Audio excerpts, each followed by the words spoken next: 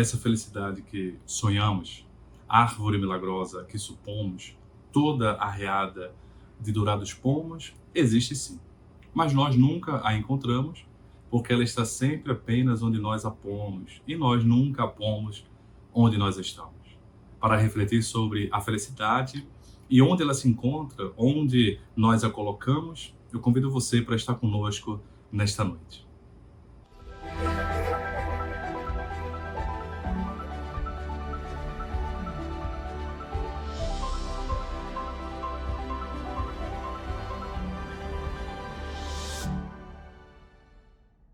Segundo Aristóteles, a felicidade é um anseio básico, a meta básica primordial do ser humano. Todas as outras metas seriam consequências dessa meta maior. Ou seja, nós buscamos outras coisas, na realidade, como forma de encontrarmos a felicidade. Aristóteles propõe isso quando vai, no seu livro Ética a Nicômaco, falar sobre esses aspectos mais da vida relacional, da vida moral, da vida intrapessoal. Mas especialmente porque ele vem de uma tradição que ficou bastante impactada com a vida de Sócrates.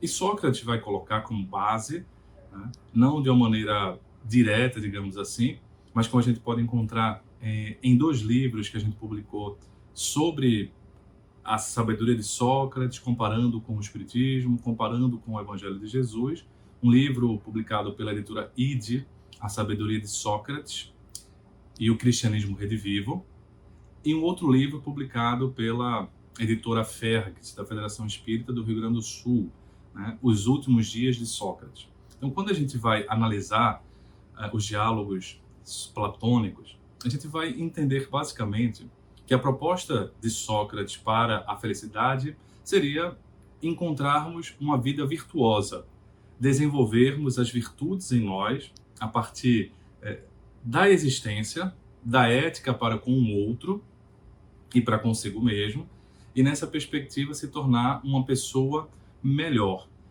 A vida do filósofo, inclusive, ao amar a sabedoria, ao ser um amante da sabedoria, era encontrar essa virtude maior, a sabedoria, que englobava outras características, né? A de ser justo, amoroso, enfim. Todas as outras virtudes estariam englobadas na vida idealizada de um sábio, do qual o filósofo buscava encontrar ao longo da sua trajetória. E Sócrates causa um impacto porque, apesar de financeiramente não ter quase nada, ele se mantém fiel ao seu ideal, e isso causa um impacto quando você vê ali o diálogo Fédon, que é um verdadeiro tratado de imortalidade da alma, em que Platão traz à baila temas sobre a imortalidade, sobre reencarnação, sobre reminiscências.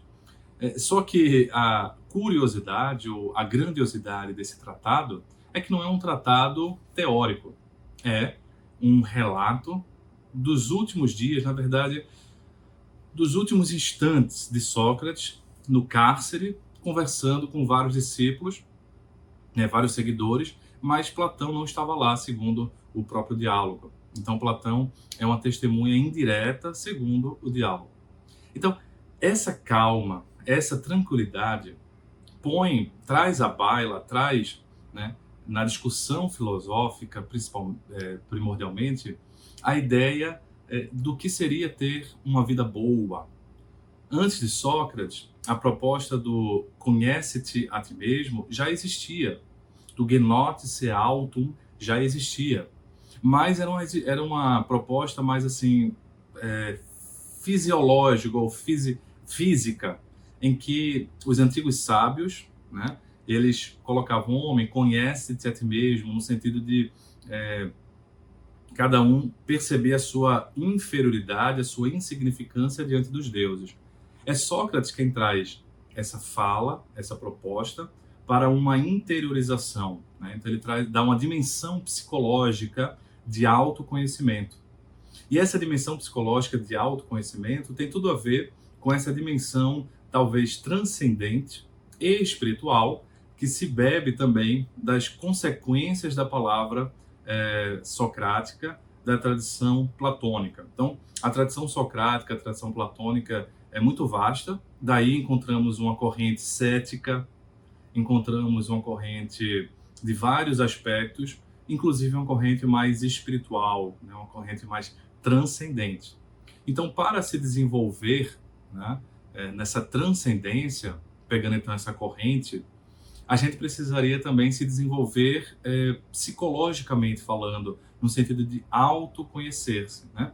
E aí a gente vai encontrando uma perspectiva de melhoramento e, portanto, também uma perspectiva de felicidade.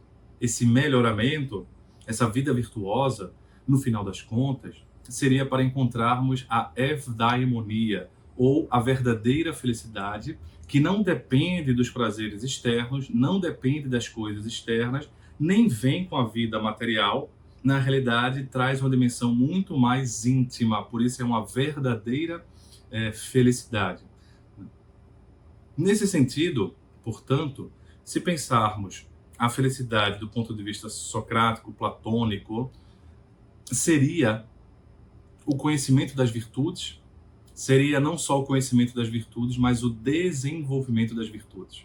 Porque não adiantaria, na filosofia socrática, conhecer teoricamente as virtudes, manipular a verdade para convencer o outro, se você não fizesse uma radical modificação de si mesmo, numa vida diferente com uma relação no mundo. Essa era, inclusive, a grande crítica que os filósofos faziam aos sofistas, que sabiam, né, a arte retórica de convencimento, que Sócrates também sabia, por isso que ele é acusado de sofista, mas ele sabia essa arte retórica de convencimento de uma maneira diferente e não desarticulada com a vivência. Quando pegamos, então, a tradição cristã, vamos encontrar pelo menos duas passagens que eu queria enaltecer nesse episódio, nessa palestra, que são duas passagens de Jesus, né? Uma conversando com Pilatos e outra conversando com os seus discípulos. Na conversa com Pilatos, que a gente encontra, por exemplo, no capítulo 18, ali pelos versículos 33, e eu vou ler. Então Pilatos entrou novamente no pretório e chamou Jesus e lhe disse: Tu és o rei dos judeus? Jesus lhe respondeu: Falas assim por ti mesmo, ou os outros te disseram isso de mim? Então respondeu Pilatos: Sou por acaso judeu? Então Pilatos, com ironia mais uma vez, né? A pergunta já é irônica, a primeira, né? Depois vem uma outra pergunta irônica: Sou por acaso judeu? Teu povo e os chefes dos sacerdotes entregaram-te a mim. O que é que você fez? O que é que fizeste? E Jesus então responde: Meu reino não é deste mundo. Se meu reino fosse deste mundo, meus súditos teriam combatido para que eu não fosse entregue aos judeus. Mas meu reino não é daqui. Então Pilatos, mais uma vez, faz uma terceira pergunta, também irônica. Então tu és rei? E responde Jesus: Tu dizes, eu sou rei. Para isso eu nasci. É para isto que vim ao mundo. Então agora ele afirma um reinado. Para isso eu vim ao mundo, para dar testemunho da verdade. Quem é da verdade, escuta a minha voz. E aí vem Pilatos com a quarta pergunta irônica. Agora, talvez uma pergunta mais filosófica profunda. E o que é a verdade? E tendo isso, saiu de novo e foi ao encontro dos judeus. E é interessante que nessa pergunta, até então, Jesus vai respondendo. Percebe o diálogo? Mas nessa pergunta não há resposta. O diálogo não continua, pelo menos João não anota. Então, se João não anota, a gente imagina que o diálogo ali se encerra, porque logo em seguida Pilatos vai até os judeus e disse: olha, eu não encontrei nele nenhuma nenhum motivo de condenação. Então, fica ali um silêncio, porque é uma pergunta que talvez, né, Jesus estivesse propositalmente deixando silêncio para não para termos mais humildade, e a gente encontra isso muito bem trabalhado, né, não diretamente essa passagem de Jesus, mas a gente pode fazer um paralelo no capítulo do Evangelho segundo o Espiritismo, quando Kardec traz fora da caridade não há salvação, e ele analisa outras propostas. Então, uma das propostas muito sedutoras, por exemplo, para quem é espiritista, seria fora da verdade não há salvação. Mas aí seria uma proposta presunçosa desse espiritista, como se o espiritismo trouxesse a verdade. E Allan Kardec lembra disso. O que a gente pode saber sobre a verdade completa, né? Porque aí vem um tema que a gente está querendo trazer. A verdade absoluta, a verdade completa, é patrimônio dos espíritos puros. Isso o Espiritismo traz bem ao encontro do que encontramos aí nessa passagem de Jesus e o de que Sócrates, a filosofia socrática trazia. O sábio, o espírito crístico, ele obtém, né, o conhecimento da verdade. Ele está em pleno acordo com a harmonia universal.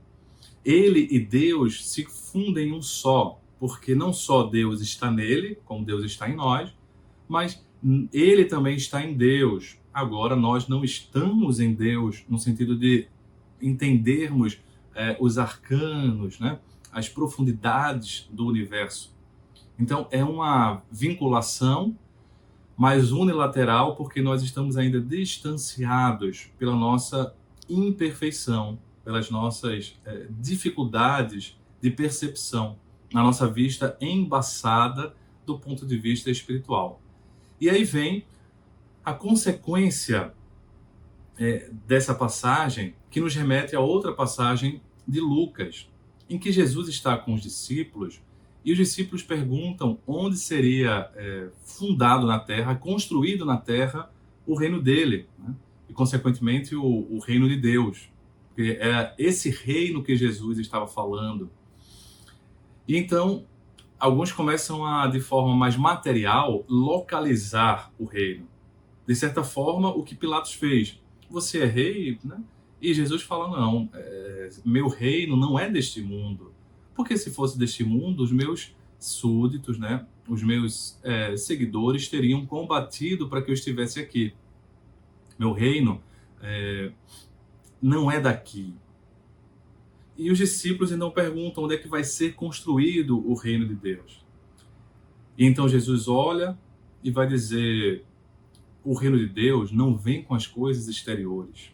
Não podereis dizer que está ali ou acolá, porque o reino de Deus está, e aí a gente pode ter algumas traduções, dentro de vós ou entre vós. E me parece que são traduções que se equivalem. Por quê? Digo isso. Então, uma interpretação que vem ao encontro da doutrina espírita, ao encontro dessa perspectiva onde se encontra a felicidade, quando nós construímos o reino de Deus dentro de nós, e estamos numa coletividade em que a maioria das pessoas também conseguem construir o reino de Deus dentro delas, esse reino de Deus interno se traduz no reino de Deus externo. Então, o reino de Deus está entre vós. Mas também a gente pode pensar na consequência da filosofia socrática. Não adianta ser um sábio excluído do mundo. O sábio, né, ele precisa estar em relação com o mundo, porque é na relação com o outro que a ética, né, a ética se impõe. Essa relação ética com o outro. Então, quando o reino de Deus está construído dentro de nós, uma consequência natural é a gente querer compartilhar esse reino de Deus, que é a fonte de verdade. Veja que logo em seguida Jesus fala da verdade, o reino da verdade. E essa verdade gosta de ser compartilhada, pelo menos a verdade que está relativa ao nosso alcance. Isso nos remete ao mito da caverna de Platão, em que o sábio, né, na verdade, o homem que se desvincula das correntes que o prendia ali no fundo da caverna, vislumbra um horizonte maior.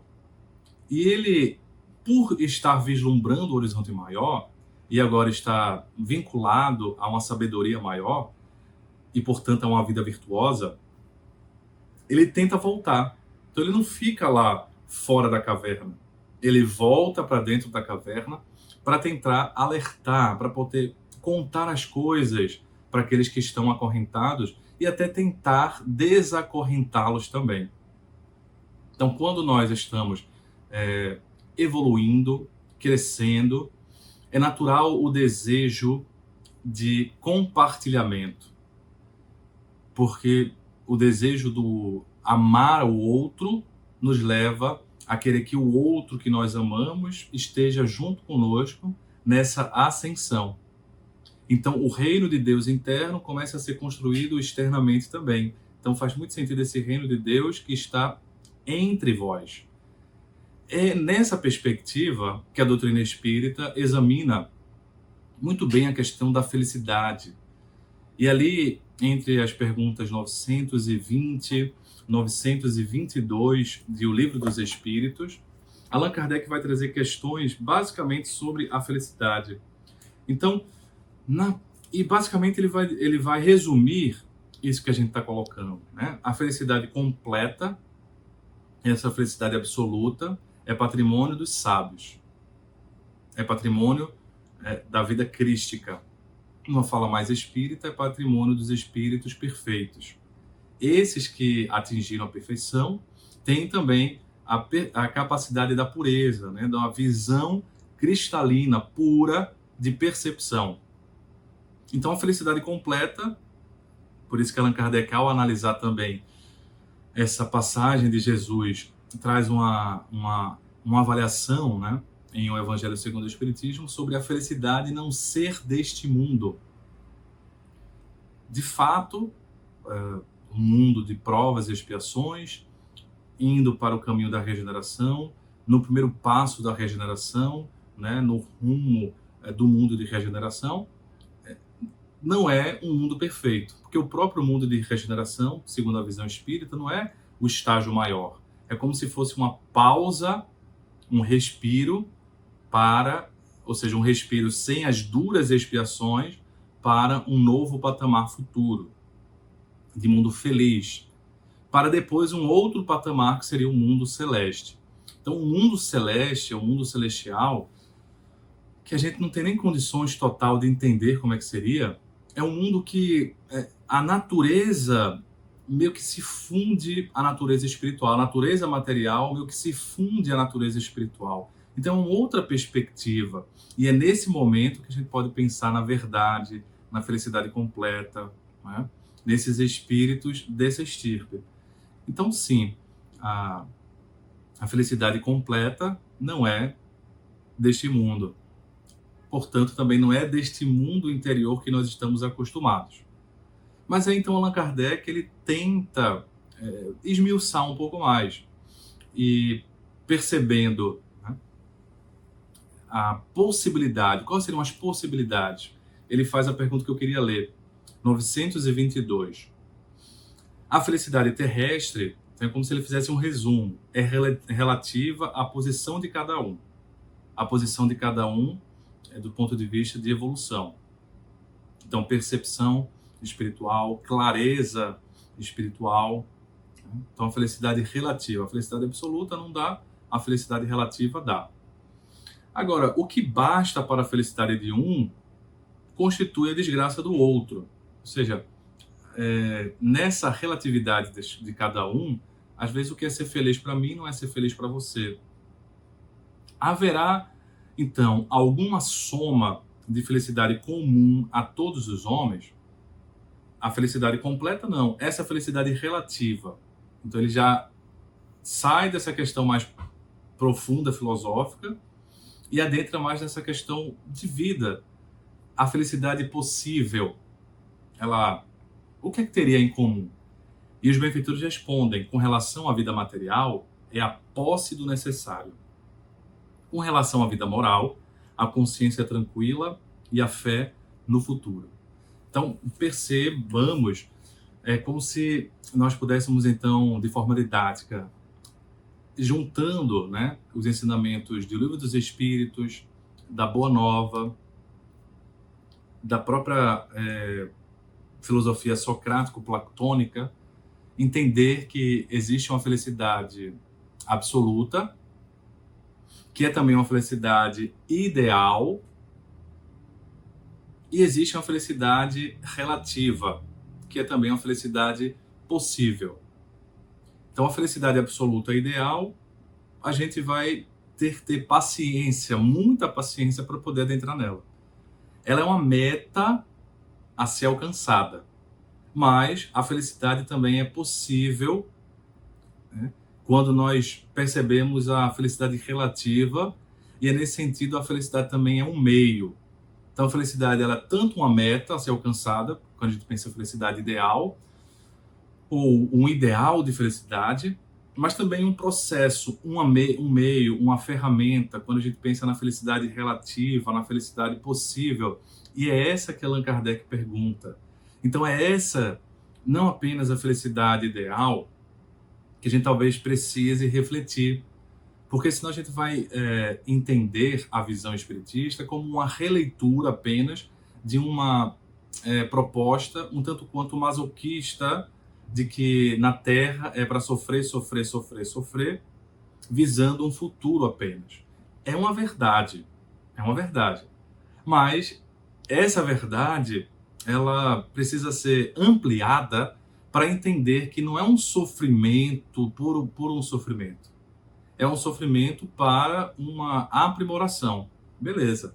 Mas, além disso, que em meio a esse sofrimento, como a vida é muito complexa, a gente pode, ao mesmo tempo, estar passando por um sofrimento, por uma dor, mas feliz. Relativamente falando. A gente pode estar passando por dificuldades, porém tranquilo. Então, é isso ali que Paulo vai traduzir, por exemplo, quando vai dizer que ele está com o corpo desconjuntado, mas permanece no bom combate, né? Permanece ali na caminhada.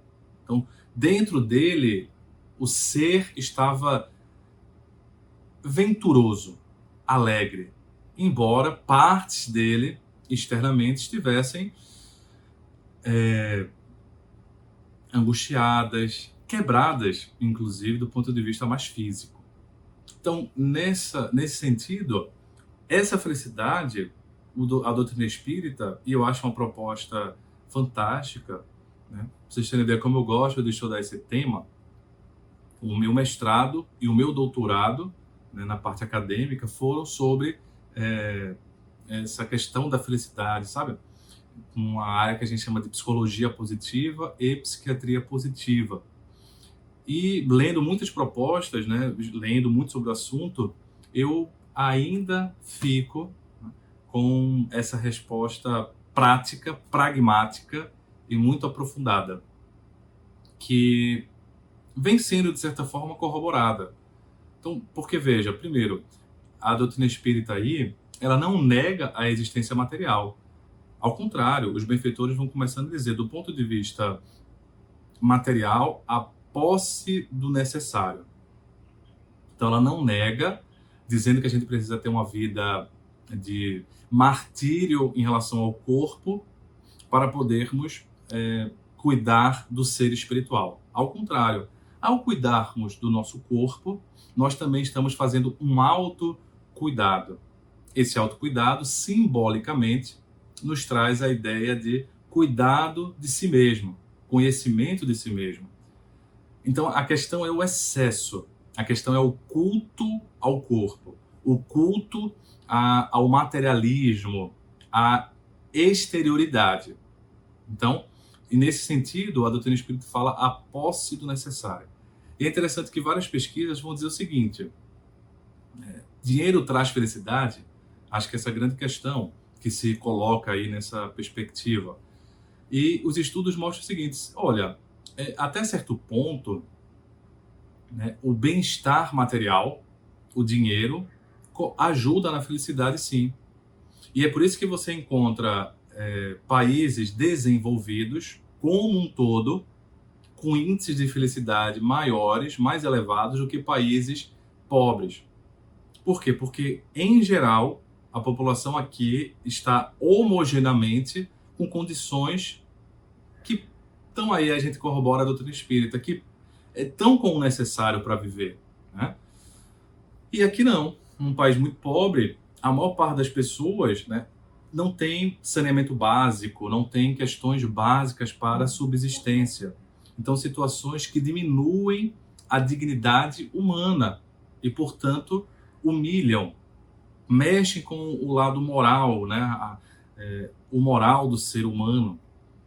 Agora, as mesmas pesquisas mostram que é o seguinte: países complexos, a gente pode dizer assim, em desenvolvimento, como o Brasil, outros países semelhantes, em que a gente tem bolsões de miséria e bolsões de superdesenvolvimento. Então a gente tem essa heterogeneidade. Os níveis de felicidade de países desse tipo muitas vezes são parecidos aos níveis de felicidade de países mais desenvolvidos. Por quê? Porque aqui você tem uma complexidade maior e certamente o índice de felicidade de uma parcela da população que tem o básico necessário para viver eleva o índice geral do ponto de vista estatístico. É interessante também perceber pesquisas com pessoas que ganharam na loteria, que é o grande sonho, né? Especialmente no início de ano, sempre tem o bolão do final de ano. E aí fizeram pesquisas com pessoas que ganharam nesses prêmios. E, de fato, no início era aquela euforia, o índice de felicidade ia lá para as alturas, a pessoa ficava eufórica, certamente. Mas depois de um tempo, mais ou menos um ano, os níveis de felicidade da pessoa voltavam ao nível anterior do ganho do prêmio. Então, veja se era uma pessoa que já fosse satisfeita, ela continuava satisfeita. Agora, se fosse uma pessoa insatisfeita, ela voltava para a insatisfação. Porque também a gente sabe que quando você tem muito dinheiro, começa a aparecer, né, como a história de alguns famosos, John Lennon. Depois da fama, aparece ali o pai dele, que foi uma pessoa ausente, de certa forma, querendo resgatar. Não era só uma paternidade querendo ser resgatada, era também um resgate financeiro. E isso dói muito a alma da pessoa, né? Dói muito profundamente no ser humano. Então, o poder, o dinheiro, abre portas e abre também pessoas que se aproveitam. E isso, às vezes, vai deixar a pessoa ficar meio paranoica, meio desiludida e traz uma série de consequências. Então, é muito interessante a gente perceber essa perspectiva da posse do necessário. Mas ele vai dizer, a consciência tranquila. Para a doutrina espírita, isso tem uma profundidade enorme. Porque quando lemos no Livro dos Espíritos, onde está escrita a lei de Deus, nós encontramos a resposta na consciência dos seres, na consciência do ser. Então, a lei de Deus está escrita na nossa consciência. As leis morais, elas estão dentro de nós. E, de certa forma, a justiça humana é um meio de tentar traduzir essas leis morais. Um meio que vai ser mais cristalino ou mais opaco, conforme a evolução dos seres. Conforme os seres estiverem mais reinificados, digamos assim, nesse neologismo, com o reino de Deus desenvolvido internamente, a justiça, o direito humano vai ser mais próximo do direito divino que está na nossa consciência. Conforme a nossa evolução for mais opaca, mais distante vai ser essa diferença do direito divino e do direito dos homens. Por isso que ao longo da nossa história, todas as barbaridades, me diz meu irmão, que é da área jurídica, foram feitas sobre o aval da pena do direito humano. Porque nem tudo que é legal é moral, né? A legalidade seria o direito humano e a moralidade o direito divino. Então, quando nós estamos em paz com a nossa consciência, independente de estarmos sendo injustiçados pelo direito humano, ou pelas pessoas ao nosso redor, nós estamos com a consciência tranquila e estamos em paz. E essa paz nos dá um certo estoicismo, uma tranquilidade da alma que nos faz persistir.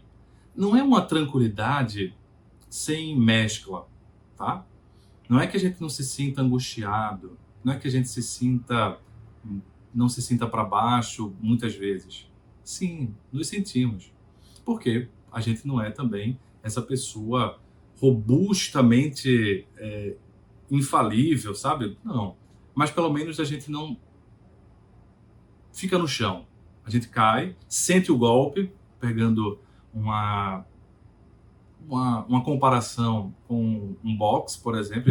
O lutador sente o golpe, mas consegue se levantar apesar de ter sentido o golpe. Porque ele tem a consciência tranquila, ele tem algo que o puxa. E esse algo que o puxa fica mais forte ainda quando ele tem uma fé no futuro. Então, é nessa ordem, né? A posse do necessário, a consciência tranquila, e aí vem um elemento que eu acho primordial, a fé no futuro. Porque eu posso ter posse do necessário, posso ter consciência tranquila, mas não ter necessariamente a fé no futuro. Mas essa fé no futuro é um ingrediente a mais que me enche de vitalidade, me enche de propósito e me dá uma visão, essa visão transcendente. E aí a mensagem de Jesus, ela se amplifica, né, da mensagem socrática. Embora elas pareçam nessa questão da transcendência, da sabedoria e tal, aí me parece que vai a algo mais profundo. Porque não dá para você ter uma visão materialista, oficialmente falando, baseada na vida de Jesus. Né? Então, na vida de Sócrates, na vida de Platão, sabe? Você tem correntes materialistas. Porque não necessariamente foi uma vida tão plena espiritualmente como Jesus. Né? Jesus fala constantemente desse reino de Deus. Então Sócrates fala, mas ele fala de tantas coisas, tanta pluralidade ali, que você tem inclusive uma escola cética, de um ceticismo, fundada sobre a característica socrática de duvidar, de questionar. A gente não consegue encontrar no cristianismo. Não quer dizer que a gente não encontre um materialismo em pessoas religiosas, mas não é um materialismo estimulado pelas palavras, pela interpretação. Porque se você for interpretar constantemente, Jesus remete à fé. Esse é o ponto. Embora na análise da filosofia antiga socrática nem sempre a gente consiga encontrar a fé, na análise da vida de Jesus, da filosofia de Jesus, né, dessa boa nova, está a fé como talvez o primeiro lugar, o primeiro ponto. A fé como um primeiro ponto, e certamente foi por isso que os judeus deram o palco ali para que Jesus pudesse nascer entre eles. Porque tinham essa característica, como hoje também continuam tendo, essa característica da fé como sendo algo fundamental para as suas vidas. A fé me faz lembrar um professor de física que havia perdido pela morte um amigo, também professor, e numa aula ele me falou algo que, não para mim, falou para a turma, mas algo que até então era professor de vestibular. Então estava ali com meus 17 anos, eu acho. E então já cresci no espiritismo, né, numa visão espiritual, e foi interessante ele falar o seguinte: para vocês que acreditam em alguma coisa depois da vida, né, porque o católico, o espírita, o evangélico, né, todas as religiões, o umbandista, todos, a pessoa do candomblé, todas elas acreditam em algo depois da morte. O que vai variar como e quando e onde vai ser esse depois da morte, né? Mas todos nós acreditamos que existe algo que sobrevive.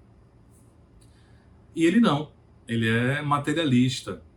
E ele falou assim, para mim não, para mim morreu, acabou.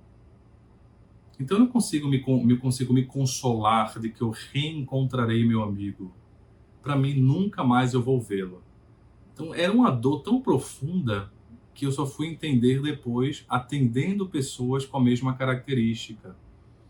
E quando a gente atende pessoas que têm uma fagulha de fé, como essa fé ajuda para passar. Não é para não se sentir abalado, mas é para passar pelo abalo, sem se desmoronar como um todo. Ou até desmoronar, mas se reconstruir. Entende? Ou seja, sentir a dor, mas se levantar diante de perdas. Porque a fé dá uma noção de propósito, de algo maior que está ali norteando a vida. Então, nesse sentido, me parece que a felicidade, na visão espírita possível, ela se encontra nesses três aspectos, né? A posse do necessário, a consciência tranquila e a fé no futuro. E talvez foi por isso que, para irmos encerrando o nosso encontro de hoje, eu encontrei aquelas duas histórias naquela época da faculdade. Eu era estudante de medicina e uma amiga, né, na verdade eu estava indo fazer uma prova, na verdade estava no meio de semana de provas ali, e preocupado com as provas. A primeira prova tinha sido nota baixa, a primeira nota baixa que eu tinha tirado praticamente na minha vida toda, a prova de anatomia, muito difícil, então estava preocupado com a segunda prova para fazer bem e passar por média. E parei num posto de gasolina, e era um posto que ficava entre duas vias, né? Uma via que ia e outra via que voltava. E naquele não existia um retorno oficial. Sabe o retorno que se faz, né? Não existia um retorno oficial.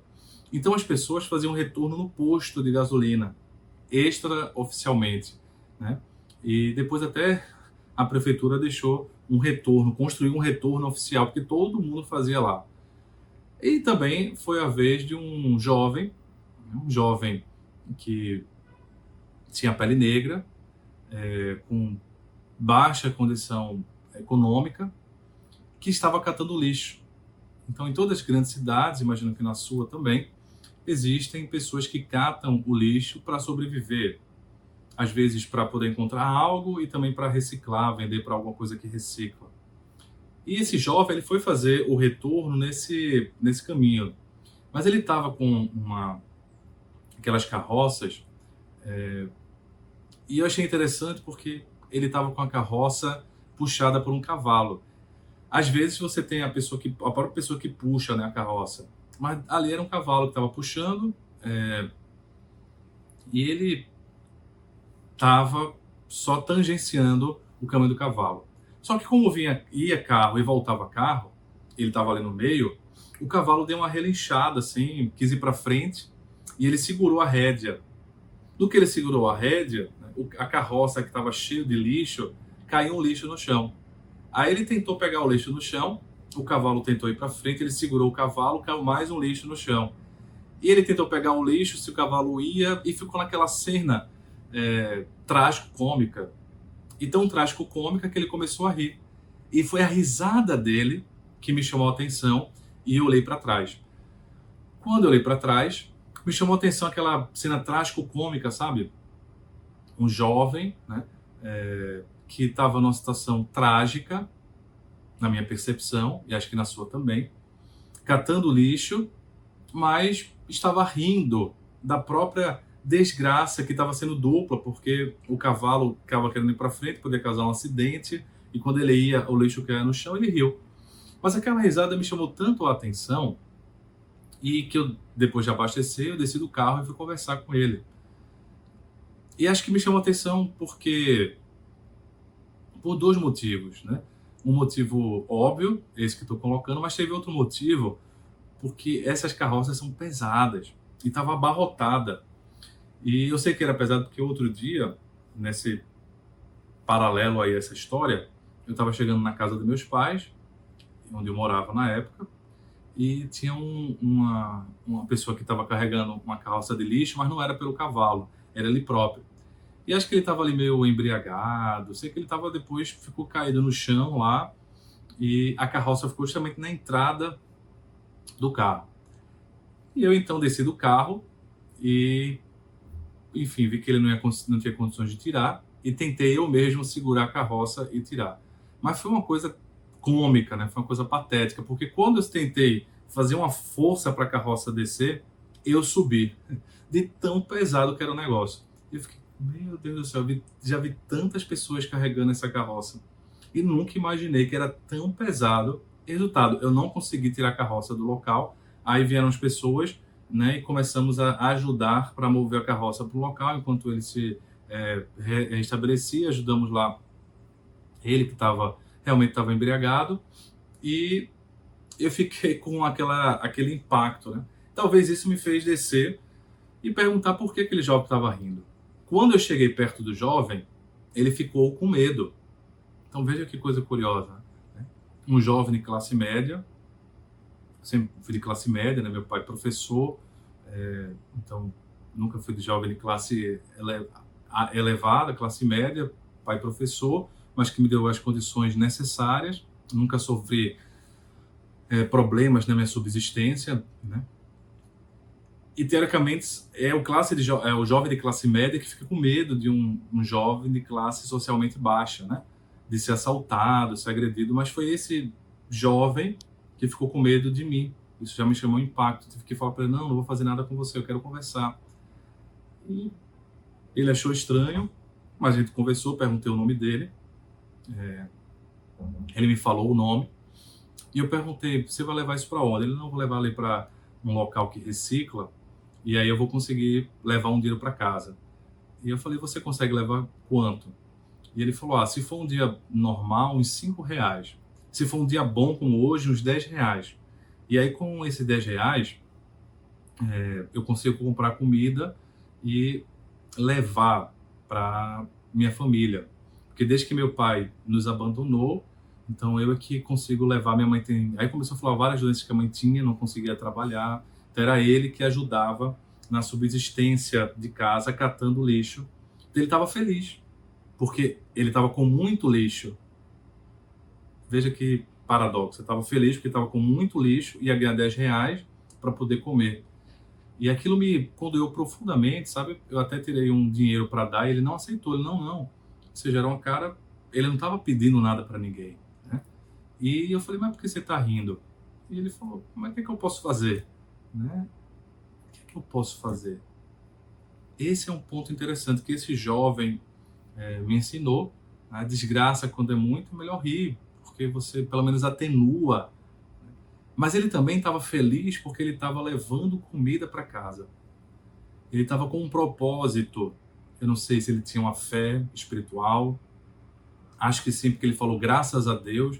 E não foi aquele graças a Deus de boca para fora. Ele estava realmente com um sentimento profundo. E essa história ficou guardada na minha cabeça porque na mesma semana, uma amiga minha de faculdade, ela veio me procurar para conversar sobre a vida dela. Ela, sabendo que era espírita, ela queria que eu conversasse um pouco sobre isso com ela, porque ela tinha tudo, ela me disse. E eu me sinto extremamente triste, um peso, porque eu acho que eu não sou útil para nada. Então ela, de fato, era uma pessoa muito bonita, inteligente, estudante ali de medicina, uma boa estudante, poliglota, falava ali umas 4 ou 5 línguas, com dinheiro, financeiramente muito de uma classe alta, num terreno em Recife privilegiadíssimo, viajando, né, viajada, já conhecia vários lugares do mundo, apesar de ser muito nova, estava num relacionamento afetivo, tinha uns pais, ok, nenhum pai é maravilhoso 100%, mas os pais bons, presentes, afetuosos. Então, assim, ela tinha os parâmetros todos que a gente enaltece como sendo necessário. Apesar disso, ela dizia, eu me sinto inútil. E foi interessante, porque eu geralmente não faço nenhum... assim, não fico convertendo ninguém. Eu faço palestras, desde 17 anos. Faço palestras. As pessoas sabem que eu faço. Quem quiser escutar, vai lá na palestra. Hoje assiste o YouTube, especialmente o canal da Mansão do Caminho, onde vinculei todas as minhas energias aí nos últimos tempos para poder enfim, dar conta de outros compromissos também, da vida profissional, pessoal, paternal. Mas no dia a dia eu não fico assim convertendo. Aqui nem a ideia de conversão que me move. O meu motivo de fazer palestras é a ideia de compartilhar algo que é bom e que eu acredito que é bom, porque é bom para a minha vida. Então, falando isso, quando as pessoas me vêm perguntar e elas estão realmente interessadas como essa amiga, aí eu começo a conversar mais, de forma particular. E entreguei para ela um Evangelho segundo o Espiritismo. Sugeri alguns capítulos, ela foi lendo e não se tornou espírita, mas ela se tornou uma pessoa com propósitos, né? Alimentou esse lado espiritual, que era o que ela estava pedindo. Eu não estava querendo convertê-la para nenhuma religião, para nenhuma visão, mas estava querendo despertar a visão espiritual de propósito. E foi interessante que logo em seguida ela foi entrando em trabalhos voluntários para ajudar pessoas e ficou uma pessoa extremamente engajada em várias causas sociais, despertando um lado espiritual não oficialmente com a religião, que era aquilo que o jovem tinha. A fé como um despertar de um propósito. A fé como um despertar de algo que nos move de uma maneira transcendente para passarmos as dificuldades da vida. E aquele jovem que não tinha nada, o básico era grato à vida, feliz porque estava levando a comida. E aquela outra jovem que tinha quase tudo, estava infeliz porque se sentia útil, o jovem, e ela se sentia inútil. A fé tem essa outra função de nos mobilizar uma força de propósito, uma força criadora, transcendente em nós, que se transborda na vida. E é por isso que concordo com a visão de Vicente de Carvalho, quando no terminar da sua poesia, nos últimos 2 tercetos, ele vai dizer: essa felicidade que sonhamos, a árvore milagrosa que supomos, toda arreada de dourados pomos, existe sim, mas nós nunca a encontramos, porque ela está sempre apenas onde nós a pomos e nós nunca pomos onde nós estamos. Essa felicidade, que é uma árvore milagrosa, sabe, 100% de frutos, é a felicidade completa, perfeita, ideal. Essa outra felicidade que está na visão que a gente coloca no hoje e transforma o hoje é a felicidade possível, é a felicidade relativa, é o processo da caminhada que nos torna felizes, não apenas amanhã, mas nos torna felizes hoje, porque vai saciando a nossa fome espiritual, vai saciando a nossa sede de mudança. Essa felicidade, portanto, existe sim, mas nós não a encontramos, porque ela está sempre apenas onde nós a pomos, e nem sempre nós a pomos onde nós estamos. Muita paz, até a próxima.